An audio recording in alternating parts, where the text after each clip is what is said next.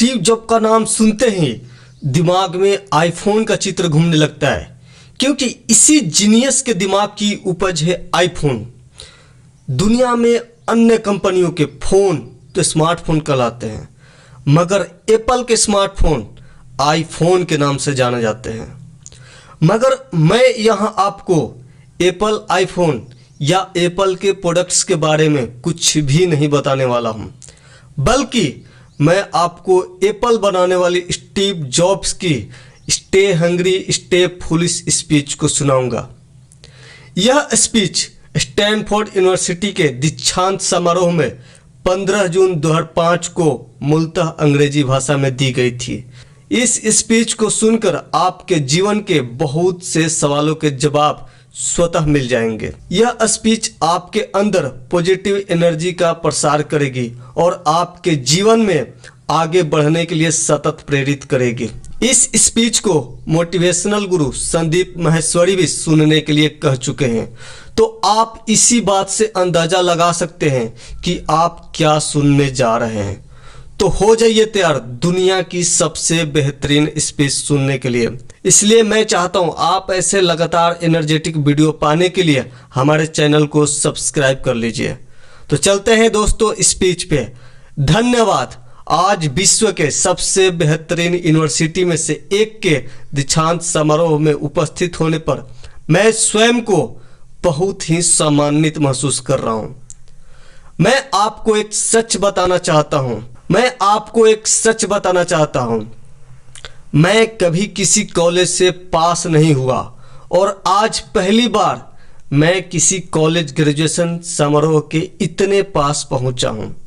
मैं आपको अपने जीवन के 3 कहानियां सुनाना चाहता हूं। बहुत ज़्यादा नहीं, बस 3 कहानियां। पहली कहानी है डॉट्स कनेक्ट करने के विषय में। रीड कॉलेज में प्रवेश लेने के 6 महीने के अंदर ही मैंने पढ़ाई छोड़ दी, लेकिन मैं उसके 18 महीने बाद तक वहाँ किसी तरह आता जाता रहा। तो प्रश्न यह है कि मैंने कॉलेज क्यों छोड़ा। असल में इसकी शुरुआत मेरे जन्म से पहले की है। मेरे जन्म देने वाली माता एक यंग अनमैरिड ग्रेजुएट छात्रा थी और वह मुझे किसी और को गोद लेने के लिए देना चाहती थी, लेकिन उनकी यह इच्छा थी कि कॉलेज ग्रेजुएट ही मुझे अडॉप्ट करे। इस प्रकार सब कुछ सेट था और मैं एक वकील और उसकी पत्नी के द्वारा अडॉप्ट किए जाने वाला था कि अचानक उन्होंने अपना विचार बदल दिया और निर्णय लिया कि असल में उन्हें एक लड़की चाहिए। इसीलिए तब आधी रात को मेरे माता पिता, जो तब वेटिंग लिस्ट में थे, को कॉल करके बताया कि हमारे पास एक बेबी बॉय है, क्या आप उसे गोद लेना चाहोगे? और उन्होंने तुरंत हाँ कर दी। बाद में मेरी जन्म देने वाली माता को पता चला कि मेरी माता कॉलेज से ग्रेजुएट नहीं है और पिता तो हाई स्कूल भी पास नहीं है, इसलिए उन्होंने अंतिम एडॉप्शन पेपर पर साइन करने से मना कर दिया।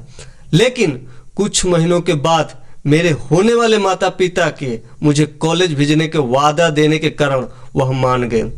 इस प्रकार मेरी जिंदगी की शुरुआत जो है कुछ इस तरह हुई और 17 बरस बाद मैं कॉलेज गया और गलती से मैंने स्टैनफोर्ड जैसी ही महंगी कॉलेज चुन लिया। मेरी वर्किंग क्लास माता पिता की सारी जमा पूंजी मेरे पढ़ाई में खर्च होने लगी। 6 महीने बाद मुझे इस पढ़ाई का कोई महत्व दिखाई नहीं दिया। मुझे कोई आइडिया नहीं था कि मैं अपनी जिंदगी में क्या करना चाहता हूं और कोई आइडिया नहीं था कि कॉलेज किस तरह मुझे इसमें मदद करेगा। और यहाँ मैं अपने माता पिता के जीवन भर की जमा पूंजी जो है खर्च करते जा रहा था।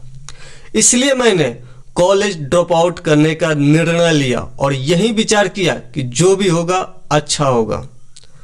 उस समय तो यह सब कुछ मेरे लिए बहुत डरावना था, लेकिन जब मैं बीते हुए समय को देखता हूं तो मुझे लगता है यही मेरी जिंदगी का सबसे अच्छा फैसला था। जैसे ही मैंने कॉलेज ड्रॉप आउट किया तो मुझे जिन क्लासेज में इंटरेस्ट नहीं था तो मैंने उन्हें करना छोड़ दिया और केवल अपने इंटरेस्ट की ही क्लासेज करने लगा। ये सब कुछ इतना आसान नहीं था। मेरे पास रहने के लिए कोई कमरा भी नहीं था। इसलिए मुझे दोस्तों के कमरे में ज़मीन पर सोना पड़ता था। मैं कोक की बोतलों को लौटाकर मिलने वाले पैसों से खाना खाता था। मैं प्रत्येक रविवार 7 किलोमीटर चलकर हरे कृष्ण मंदिर जाता था, जिससे कि सप्ताह में कम से कम एक दिन पेट भर के खाना खा सकूं, और यह करना मुझे अच्छा लगता था। मैंने अपने जीवन में जो भी अपनी जिज्ञासा और इंस्टीट्यूशन की वजह से किया, वह बाद में मेरे लिए अनमोल साबित हुआ। इसे मैं एक एग्जाम्पल के द्वारा बताता हूँ। शायद उस समय रीड कॉलेज देश की सबसे अच्छी जगह थी जहाँ कैलीग्राफी सिखाई जाती थी। पूरे कॉलेज परिसर में हर एक पोस्टर, हर एक लेवल बहुत ही खूबसूरती से हाथों से कैलीग्राफी किया जाता था। क्योंकि मैं कॉलेज छोड़ चुका था, इसलिए मुझे सामान्य क्लासेज करने की कोई आवश्यकता नहीं थी। तो मैंने निर्णय लिया कि कैलीग्राफी की क्लासेज करूंगा और इसे अच्छी तरह से सीखूंगा। मैंने सेरिफ और सैंस सेरिफ टाइपफेसेस के बारे में सीखा। अलग अलग अक्षरों के बीच स्पेस वेरी करना सीखा, और किसी अच्छी टाइपोग्राफी को क्या अच्छा बनाती यह भी सीखा। यह खूबसूरत था, ऐतिहासिक था, इतना आर्टिस्टिक था कि इसे विज्ञान द्वारा कैप्चर नहीं किया जा सकता था, और यह मुझे बहुत आकर्षक लगता था। उस समय कोई भी ऐसा विचार नहीं था कि मैं इन चीज़ों का प्रयोग कभी अपने जीवन में करूँगा।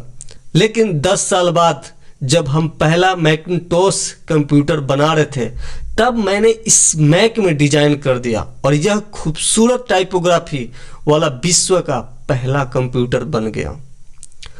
अगर मैंने कॉलेज में केवल कैलीग्राफी में ही प्रवेश नहीं लिया होता, तो मैं मैक में कभी मल्टीप्लाई टाइपफेसेज या प्रोपोर्शनली स्पेस फॉन्ट्स नहीं होते। और क्योंकि विंडोज ने मैक की कॉपी की थी, किसी भी पर्सनल कंप्यूटर में ये सब नहीं होता। अगर मैंने कभी ड्रॉप आउट नहीं किया होता, तो मैं कभी भी कैलीग्राफी को क्लासेज नहीं कर पाता, और फिर शायद पर्सनल कंप्यूटर में जो फॉन्ट्स होते हैं वो होते ही नहीं।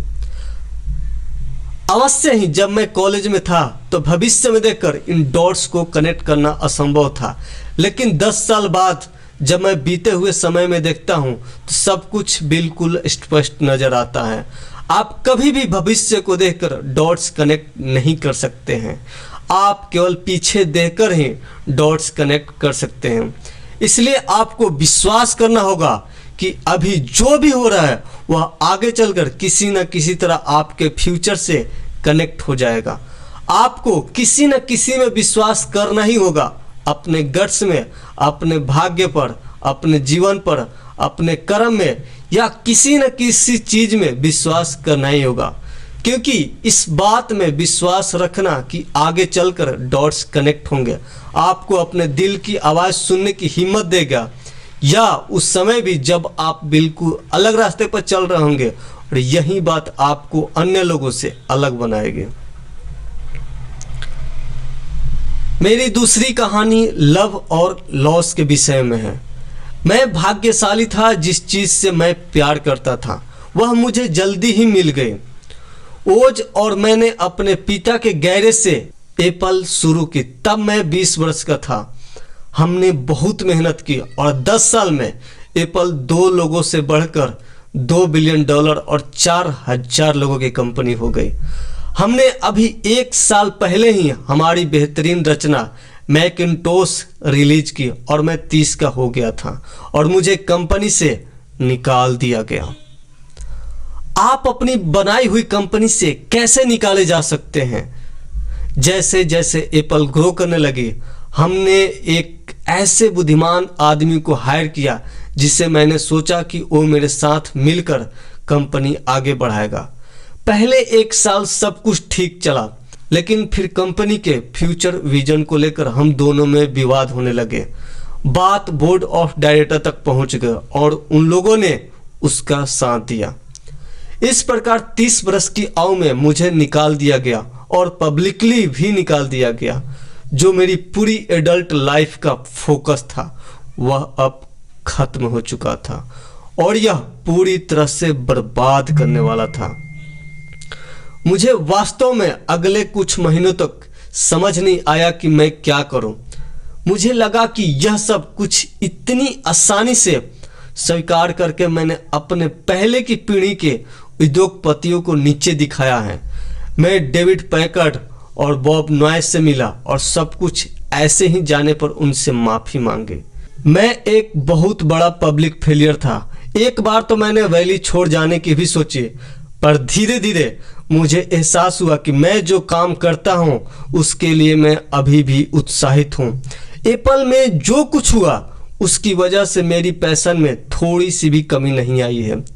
मुझे अस्वीकार कर दिया गया था, फिर भी अब भी मैं अपने काम से प्यार करता हूं, इसलिए मैंने एक बार फिर से शुरुआत करने की सोची।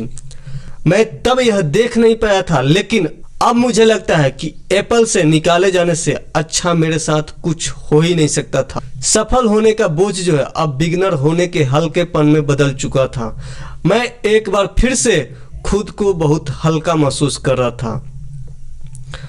इस आजादी की वजह से मैं अपने जीवन को सबसे क्रिएटिव पीरियड में जा सका। अगले 5 सालों में मैंने एक नेक्स्ट और दूसरी कंपनी पिक्सार शुरू की और इसी दौरान मैंने एक बहुत ही अद्भुत महिला से मिला जो आगे चलकर मेरी पत्नी बने। पिक्सार ने विश्व की पहली computer animated movie toy story बनाई और इस समय यह विश्व की सबसे सफल एनिमेशन स्टूडियो है। एप्पल ने एक अप्रत्याशित कदम उठाते हुए नेक्स्ट को खरीद लिया और मैं एप्पल में फिर से चला गया। आज एप्पल नेक्स्ट द्वारा विकसित की गई तकनीक प्रयोग करती है। अब लोरेन और मेरा जो है एक सुंदर सा परिवार है। मैं पूरे विश्वास के साथ कह सकता हूं कि अगर मुझे एप्पल से नहीं निकाला गया होता तो मेरे साथ यह सब कुछ नहीं होता। यह एक कड़वी दवा थी, लेकिन मेरे विचार में मरीज की इसको जरूरत थी। कभी कभी जिंदगी आपको इसी तरह ठोकर मारती है। अपना विश्वास मत खोइए। मैं विश्वास के साथ कह सकता हूं कि मैं सिर्फ इसलिए आगे बढ़ता गया क्योंकि मैं अपने काम से प्यार करता था। आप वास्तव में क्या करना पसंद करते हैं यह आपको जानना होगा। जितना अपने प्यार को जानना जरूरी है उतना ही उस काम को खोजना भी जरूरी है जिसे आप सच में एंजॉय करते हो। आपका काम आपकी जिंदगी का बड़ा हिस्सा होगा और वास्तविक रूप से संतुष्ट होने का तरीका भी होगा। आप वो करें जिसे आप वास्तव में एक बड़ा काम समझते हो और बड़ा काम करने का एक ही तरीका है, आप वो करें जो आप करना पसंद करते हो।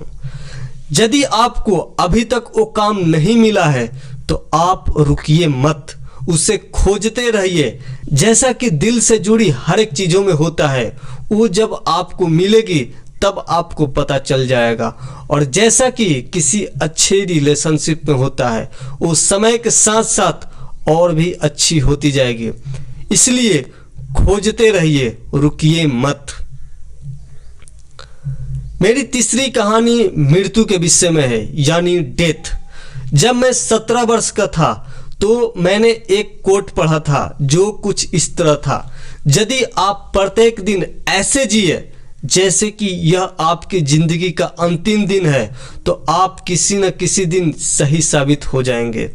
इसने मेरे दिमाग पर एक छाप छोड़ दी और तब से पिछले 33 सालों से मैंने प्रत्येक सुबह उठकर शीशे में देखा और स्वयं से एक सवाल किया है, अगर आज का दिन मेरी जिंदगी का अंतिम दिन होता तो क्या मैं आज वो काम करता जो मैं करने वाला हूं।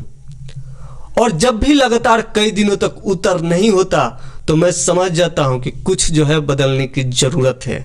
इस बात को याद रखना कि मैं बहुत जल्द मर जाऊंगा मुझे अपने जीवन के बड़े निर्णय लेने में सबसे ज्यादा मददगार होता है, क्योंकि जब एक बार मृत्यु के बारे में सोचता हूं तब सारी एक्सपेक्टेशन, सारा गर्व, असफल होने का सारा डर जो है सब कुछ गायब हो जाता है और सिर्फ वही शेष रह जाता है जो वास्तव में महत्वपूर्ण है।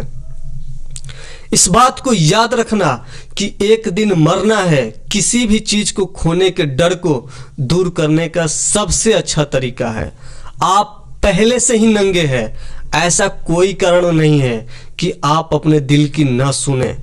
करीब 1 साल पहले ही पता चला कि मुझे कैंसर है। सुबह 7:30 बजे मेरा स्कैन हुआ, जिसमें साफ दिखाई दे रहा था कि मेरे अग्नाशय में ट्यूमर है। मुझे तो जानकारी भी नहीं थी कि अग्नाशय क्या होता है। डॉक्टर ने लगभग पूरे विश्वास के साथ बताया कि मुझे एक ऐसा कैंसर है जिसका कोई उपचार संभव नहीं है और अब मेरा जीवन काल केवल 3 से 6 महीने का ही है। डॉक्टर ने मुझे सलाह दी कि मैं घर जाऊं और अपनी सभी चीजें जो है व्यवस्थित कर लूं, जिसका डॉक्टर की भाषा में मतलब था आप मरने के लिए तैयारी कर लीजिए। इसका अर्थ है कि आप कोशिश करिए कि आप अपनी बच्चों से जो सारी बातें अगले 10 साल में करते हैं वो कुछ महीने में ही कर लीजिए। इसका तात्पर्य यह हुआ कि आप सब कुछ सुव्यवस्थित कर लीजिए कि आपके बाद आपके परिवार को कम से कम परेशानी हो। इसका यह अर्थ हुआ कि आप सभी को गुड बाय कर दीजिए। मैंने इस डायग्नोसिस के साथ पूरा दिन बिता दिया और शाम को मेरी बायोप्सी हुई, जहां मेरे गले के रास्ते पेट से होते हुए मेरी आंत में एक एंडोस्कोप डाला गया और एक सुई से ट्यूमर से कुछ सेल्स निकाले गए। मैं तो बेहोश था, लेकिन मेरी पत्नी जो वहां उपस्थित थी उसने बताया जब डॉक्टर ने माइक्रोस्कोप से मेरे सेल्स देखे तो वह रो पड़ा, क्योंकि सेल्स देखकर डॉक्टर समझ गया कि मुझे एक बहुत ही दुर्लभ प्रकार का पैनक्रियाटिक कैंसर है जो कि सर्जरी से ठीक हो सकता है। मेरी सर्जरी हुई और सौभाग्य से अब मैं ठीक हूँ। मृत्यु के इतने पास मैं इससे पहले कभी नहीं पहुंचा और उम्मीद करता हूं कि अगले कुछ दशकों तक भी पहुंचूं भी नहीं। यह सब देखने के बाद मैं और भी विश्वास के साथ कह सकता हूं कि मृत्यु एक उपयोगी लेकिन विशुद्ध रूप से बौद्धिक संकल्पना है। कोई भी मरना नहीं चाहता है, यहाँ तक कि जो लोग स्वर्ग जाना चाहते हो वो भी वहां जाने के लिए मरना नहीं चाहते हैं। फिर भी मृत्यु वह स्थान है जिसे हम सभी शेयर करते हैं। आज तक इससे कोई बचा नहीं है और ऐसा ही होना चाहिए, क्योंकि मृत्यु ही एकमात्र इस जीवन का सबसे बड़ा आविष्कार है। यह जिंदगी को बदलती है, पुराने को समाप्त कर नए का रास्ता खोलती है और इस समय नए आप हैं पर ज्यादा कुछ नहीं। कुछ ही दिनों में आप भी पुराने हो जाएंगे और रास्ते से साफ हो जाएंगे। इस नाटकीय होने के लिए मैं माफी चाहता हूं, लेकिन यह सच है। आपका जो समय है सीमित है, इसलिए किसी और की जिंदगी जीकर व्यर्थ मत कीजिए। बेकार की सोच में मत फंसिए। अपने जीवन को दूसरे के हिसाब से मत चलाइए। औरों के विचारों को शोर में अपने अंदर की आवाज को मत दबाइए। और सबसे महत्वपूर्ण यह है कि अपने दिल और सहज बुद्धि की बात सुनने का साहस रखें। वे पहले से जानते हैं कि तुम वास्तव में क्या बनना चाहते हो और यह सब सेकेंडरी है। जब मैं छोटा था तब एक अद्भुत publication the whole earth catalog हुआ करता था, जो कि मेरी पीढ़ी की बाइबल्स में से एक था। इसे स्टुअर्ट ब्रांड नाम के एक व्यक्ति जो यहाँ मेलोन पार्क से अधिक दूर नहीं रहते थे ने इसे अपने काव्यात्मक स्पर्श देकर बड़ा ही जीवंत बना दिया था। ये 60 की दशक की बात है, जब कंप्यूटर और डेस्कटॉप पब्लिशिंग नहीं हुआ करती थी। पूरी जो सूची थी टाइपराइटरों, कैंची और पोलरॉइड कैमरे की मदद से बनाया जाता था। वह सब कुछ ऐसा था मानो कि गूगल को एक किताब के रूप में बना दिया गया हो, वो भी गूगल के आने के 35 साल पहले। वह एक आदर्श था, अच्छे टूल्स और महान विचारों से भरा हुआ। स्टीवर्ड और उनकी टीम ने द होल अर्थ कैटलॉग के अनेक संस्करण निकाले और अंत में एक अंतिम संस्करण निकाला। यह 70 के दशक का मध्य था और तब मैं आपकी उम्र का था। अंतिम संस्करण के पिछले कवर पर प्रातःकाल के किसी गांव की सड़क का चित्र था। वो कुछ ऐसी सड़क थी जिस पे यदि आप रोमांचित हो तो किसी से लिफ्ट मांगना चाहोगे, और उस चित्र के नीचे लिखा था स्टे हंग्री स्टे फुलिश। यह उनका अंतिम संदेश था जब उन्होंने साइन अप किया था। स्टे हंग्री स्टे फुलिश, और मैं अपने लिए हमेशा यही मांगा है। और जब आप सभी यहाँ से ग्रेजुएट हो रहे हो तो आपके लिए भी यही विश करता हूँ, स्टे हंग्री स्टे फुलिश। आप सभी का बहुत बहुत धन्यवाद।